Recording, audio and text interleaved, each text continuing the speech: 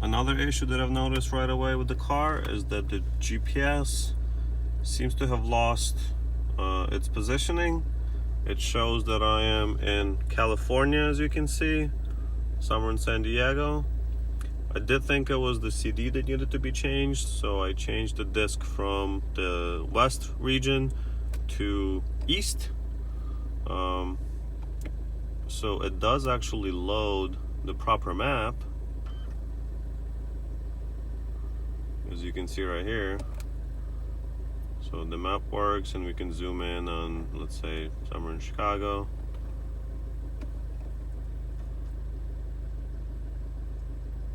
As you can see, it zooms in, it has the streets, everything works.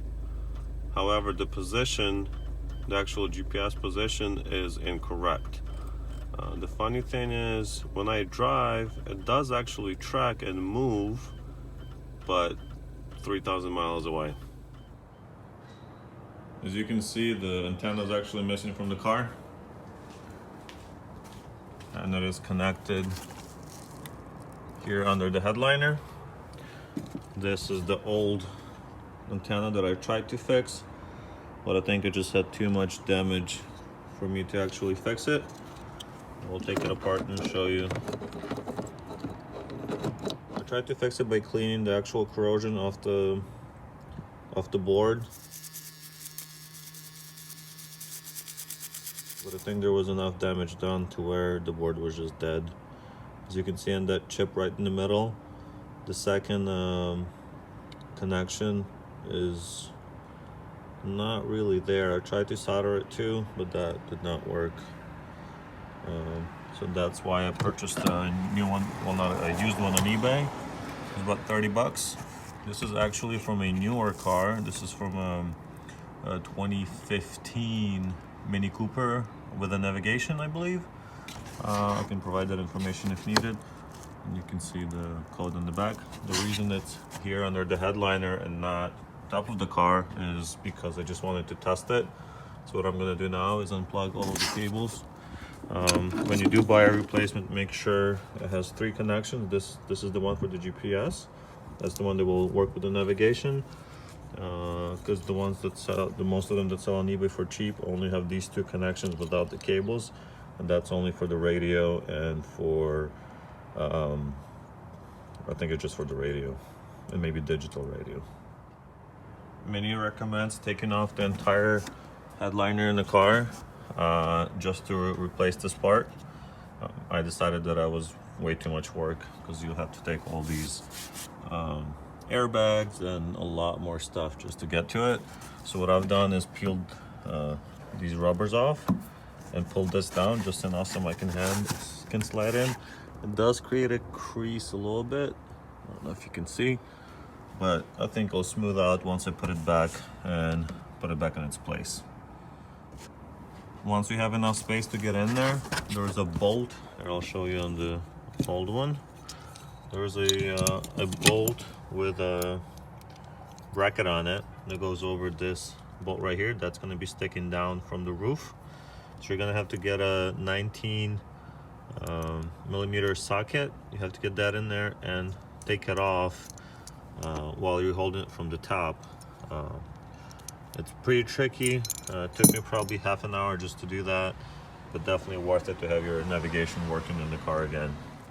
As you may or may not see, I'm gonna have to get all the way up there with my hand to put the bolt back in and plug in 2 of these connectors, and the other 3 connect to this one. After about 40 minutes, I finally got everything plugged in, the bolt screwed in.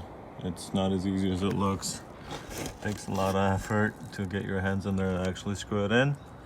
But everything's back on. So thank you guys for watching, and I hope it helped you solve your issues with the GPS navigation. As I said earlier, you're just gonna have to replace it most likely, depending on what your code says. Lots of work to get it in there, but definitely worth it. I've spent a lot of time looking online, and there was no information on how to fix this. So if you have any questions, post them below. I'll be happy to help. Anything that I found, all the codes and all that stuff, I have pictures of those so I can help you as well. This is what it looks like after I'm done. There's definitely a little bit of creasing over here, but I'm gonna get it kind of pushed in more in. It doesn't really bother me, but that is up to you. Otherwise, you have to take the entire section off, or well, maybe not the section, but at least up until that point, so you can lean it back without creasing anything.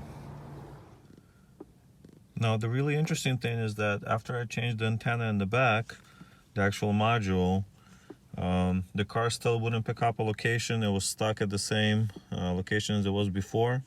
So what I had to do is go on my Creator C501 scanner, went to auto scan, and yes, I've done this before. I changed the antenna just to make sure this wasn't the issue. So I'm scanning the car now. The car is in the accessory position. It's on but not running. So it's gonna scan all the modules. Okay, now if you go to CCA applications, open that up. Now when I went to read trouble codes, it was saying that the antenna is disconnected. So I cleared this code just by going to clear codes. Then I went into data stream, navigation, and this is where I before clearing the codes, this said not connected to the GPS antenna. After I've cleared the code and restarted the car, this started to show up as connected, and the satellite reception switched to 3D positioning, which I believe is what it should be. I'm not sure what these date and times are, but at least on the car it shows everything correctly. Okay, and as you can see, I am now connected to 10 satellites, and prior to changing the antenna in the back and resetting the code, there was nothing here to show for.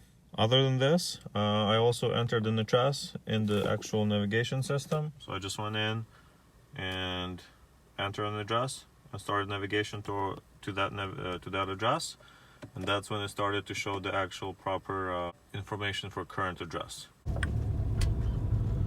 After fighting with the GPS system for a couple of weeks now, I have finally fixed it.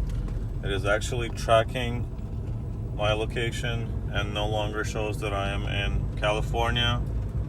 I'm gonna include a video that I made probably a couple of weeks ago from before, what the issue was before, and then I'll include the actual procedure, what I had to do to fix the GPS actually tracking me correctly. I don't think I've ever been this happy to see a GPS working. I know it's not a big deal, but I really like my cars to be fully functional, even if it's just a fun run around car.